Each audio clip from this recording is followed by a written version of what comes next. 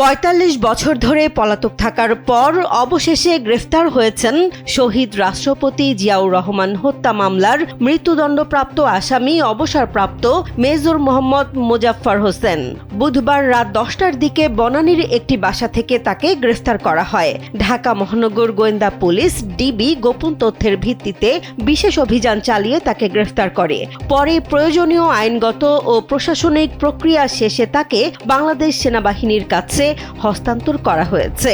আইনশৃঙ্খলা বাহিনীর সংশ্লিষ্ট সূত্র জানিয়েছে, আটক ব্যক্তির পরিচয় এবং মামলার তথ্য যাচাইয়ের পর আদালতের রায় কার্যকরের পরবর্তী প্রক্রিয়ার জন্য তাকে সেনাবাহিনীর কাছে হস্তান্তর করা হয়। এখন আইন অনুযায়ী পরবর্তী ব্যবস্থা নেওয়া হবে। ১৯৮১ সালের ৩০ মে চট্টগ্রাম সার্কিট হাউসে একদল বিদ্রোহী সেনা কর্মকর্তার হামলায় তৎকালীন রাষ্ট্রপতি জিয়াউর রহমান নিহত হন।